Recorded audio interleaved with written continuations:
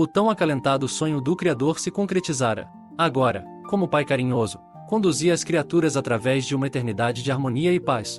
Em virtude do cumprimento das leis divinas, o universo expandia-se em felicidade e glória.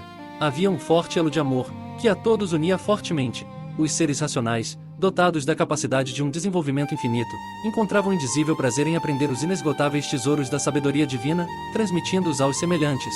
Eram como canais por meio dos quais a fonte da eterna vida nutria a todos de amor e luz. Em Jerusalém, os ministros do reino reuniam-se ante o soberano rei, sempre prontos a cumprir os seus propósitos. Era através de Lúcifer que o Eterno tornava manifesto os seus desígnios. Depois de receber uma nova revelação, ele prontamente a transmitia às hostes angelicais. Estas, por sua vez, a compartilhavam com a criação. Em célere voo os anjos rumavam para os planetas capitais, onde, em grandes assembleias, reuniam-se os representantes dos demais mundos.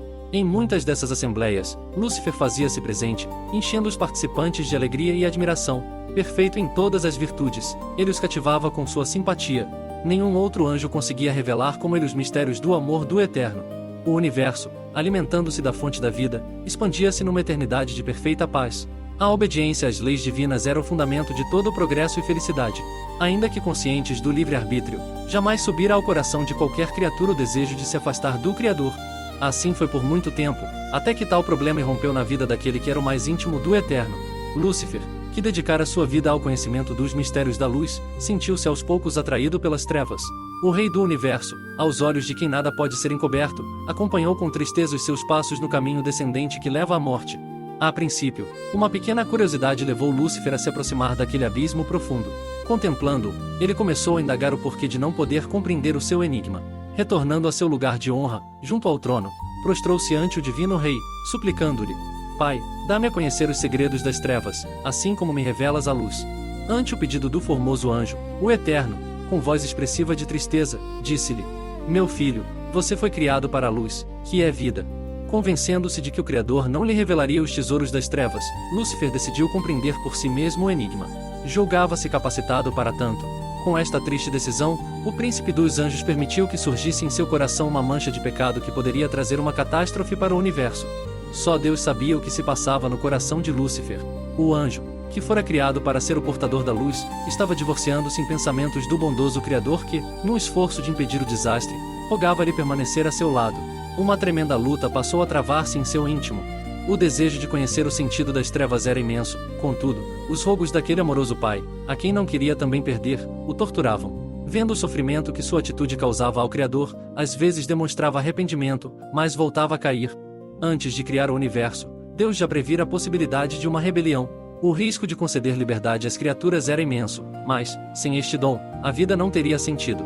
O Eterno não queria reinar sobre robôs, programados para fazerem somente a sua vontade. Ele queria que a obediência fosse fruto de reconhecimento e amor, por isso decidiu correr o grande risco. Ainda que prosseguisse na busca do sentido das trevas, Lúcifer não pretendia abandonar a luz. Esforçava-se para chegar a uma combinação entre essas partes que, no reino do Eterno, coexistiam separadas. Finalmente, com um sentimento de exaltação, concebeu uma teoria enganosa, que pretendia apresentar ao universo como um novo sistema de governo, superior ao governar do Eterno. Denominou sua teoria de a ciência do bem e do mal. Estruturada na lógica, a ciência do bem e do mal revelou-se atraente aos olhos de Lúcifer, parecendo descerrar um sentido de vida superior àquele oferecido pelo Criador, cujo reino possibilitava unicamente o conhecimento experimental do bem. No novo sistema, haveria equilíbrio entre o bem e o mal, entre o amor e o egoísmo, entre a luz e as trevas. Ao longo do tempo em que amadurecera em sua mente a ciência do bem e do mal, Lúcifer soube guardar segredo diante do universo. Continuava em seu posto de honra, cumprindo a função de portador da luz. Contudo, por mais que procurasse fingir, seu semblante já não revelava alegria em servir ao Eterno. O divino rei, que sofria em silêncio, procurava, por meio de suas revelações de amor, preparar as criaturas racionais para a grande prova que se aproximava. Sabia que muitos dariam ouvido à tentação, voltando-lhe as costas. A noite da provação faria sobressair, contudo, os verdadeiros fiéis, aqueles que serviam ao Criador não por interesse, mas por amor. Ao ver que a hora da prova chegará, e que Lúcifer estava pronto para traí-lo diante do universo, o Eterno, que jamais cessara de revelar os tesouros de sua sabedoria, tornou-se silencioso e contemplativo. O silêncio fez reviver no coração das hostes a lembrança daquela primeira excursão sideral, quando, depois de lhes mostrar as riquezas do reino da luz, Deus tornou-se silencioso ante aquele abismo. Lembravam-se de suas palavras. Todos os tesouros da luz estarão abertos ao vosso conhecimento, menos os segredos ocultos pelas trevas. Sois livres para me servirem ou não. Amando a luz estareis ligados à fonte da vida. Lúcifer, que passará a cobiçar o trono de Deus, indagou-lhe o motivo de seu silêncio. O Criador, contemplando com infinita tristeza, disse-lhe: é chegada a hora das trevas. Você é livre para realizar seus propósitos.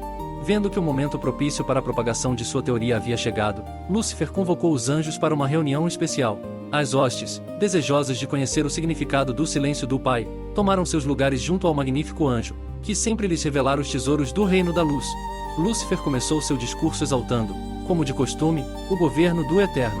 Num amplo retrospecto, lembrou-lhes as grandiosas revelações que os enriqueceram em toda aquela eternidade. O silêncio divino apresentou-o como sendo a indicação de que o universo alcançara a plenitude do conhecimento oriundo da luz. Silenciando, o Eterno abria-lhes caminho para o entendimento de mistérios ainda não sondados, mantidos até então além dos limites de seu governo. Surpresas, as hostes tomaram conhecimento da experiência de Lúcifer sobre as trevas. Com eloquência, ele falou-lhes da ciência do bem e do mal, indicando-a como o caminho das maiores realizações. O efeito de suas palavras logo se fez sentir em todo o universo. A questão era decisiva e explosiva, gerando pela primeira vez discórdia. Os seres racionais, em sua prova, tinham de optar por permanecer somente com o conhecimento da luz, o qual Lúcifer afirmava haver chegado ao seu limite, ou se aventurar no conhecimento da ciência do bem e do mal. No começo, os anjos debateram-se diante da questão, sendo logo depois todo o universo posto à prova. Dir-se-ia que a ciência do bem e do mal haveria de arrebanhar a maior parte das criaturas, mas, aos poucos, muitos que a princípio se empolgaram com a teoria despertaram para a ilusão da mesma, reafirmando sua fidelidade ao reino da luz. Ao fim desse conflito, que se arrastou por longo tempo, revelou-se um terço das estrelas do céu ao lado de Lúcifer, e as restantes, ainda que abaladas pela prova, permaneceram ao lado do Eterno. A ciência do bem e do mal fora apregoada por Lúcifer como um novo sistema de governo.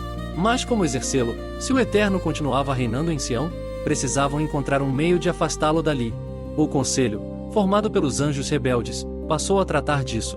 Decidiram, finalmente, solicitar-lhe o trono por um tempo determinado, no qual poderiam demonstrar a excelência do novo sistema de governo. Caso fosse aprovado pelo universo, o novo sistema se estabeleceria para sempre; caso contrário, o domínio retornaria ao Criador. Foi assim que Lúcifer, acompanhado por suas hostes, aproximou-se arrogantemente de aquele pai sofredor, fazendo-lhe tal pedido. O Eterno não era ambicioso, apenas queria bem às suas criaturas. Se a ciência do bem e do mal consistisse realmente num bem maior, não se oporia à sua implantação, cedendo o trono a seus defensores. Mas ele sabia que aquele caminho conduziria à infelicidade e à morte. Movido por seu amor protetor, o Criador desatendeu o pedido das hostes rebeldes, que se afastaram enfurecidas. A lhe ser negado o trono, Lúcifer e suas hostes passaram a acusar o divino rei, proclamando ser o seu governo de tirania. Afirmavam ser sua permanência no trono a mais patente demonstração de arbitrariedade. As acusações repercutiram por todo o universo, fazendo parecer que o governo do Eterno era injusto. Isto trouxe profunda angústia àqueles que permaneciam fiéis ao reino da luz. Não sabendo como refutar tais acusações, essas criaturas, emudecidas pela dor moral, ansiavam pelo momento em que novas revelações procedentes do Criador pudessem aclarar-lhes os mistérios desse grande conflito. As acusações e blasfêmias das hostes rebeldes alcançavam o ponto culminante quando o Eterno, num gesto surpreendente, ergueu-se de seu trono, como que pronto a deixá-lo. Os infiéis, na expectativa de uma conquista, aquietaram-se, enquanto um sentimento de temor penetrava no coração dos súditos da luz.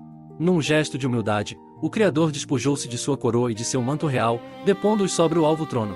Em seu semblante não havia expressão de ressentimento ou ira, mas de infinito amor e tristeza. Com solenidade, o Eterno proclamou que o momento decisivo chegará, quando cada criatura deveria selar sua decisão ao lado da luz ou das trevas. Com um olhar de ternura, o Criador contemplou seus filhos. Era um olhar de humildade que, cheio de amor, suplicava para que permanecessem ao seu lado. Incontáveis criaturas, emocionadas, corresponderam ao seu olhar de bondade, enquanto uma multidão se manteve cabisbaixa.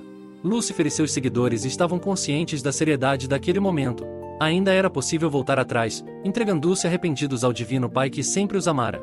Enquanto cabisbaixos consideravam a decisão final, ouviam o cântico daqueles que, em reconhecimento e gratidão, colocavam-se ao lado do Eterno.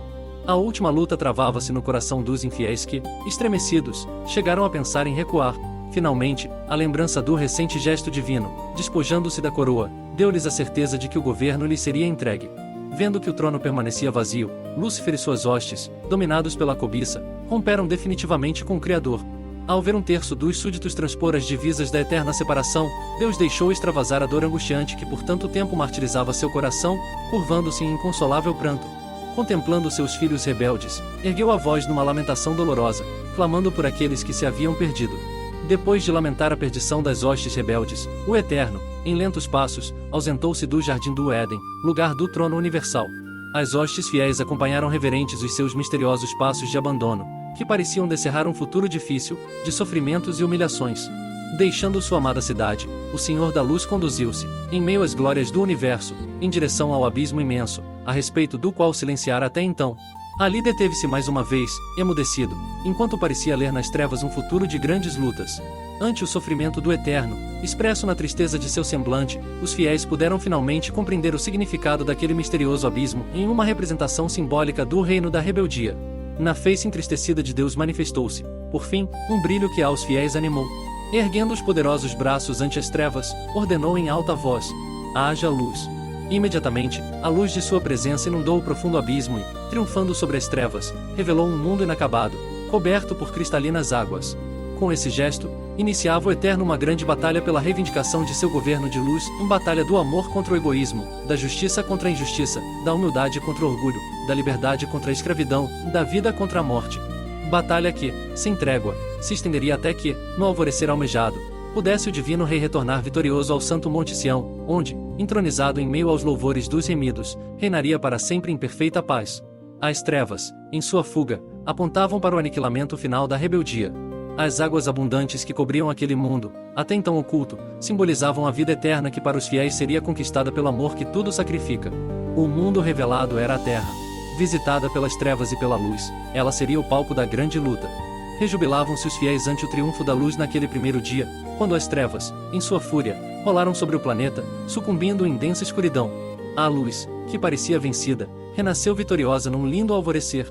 Ao raiar a luz do segundo dia, o Eterno ordenou: haja uma expansão no meio das águas, e haja separação entre água e águas.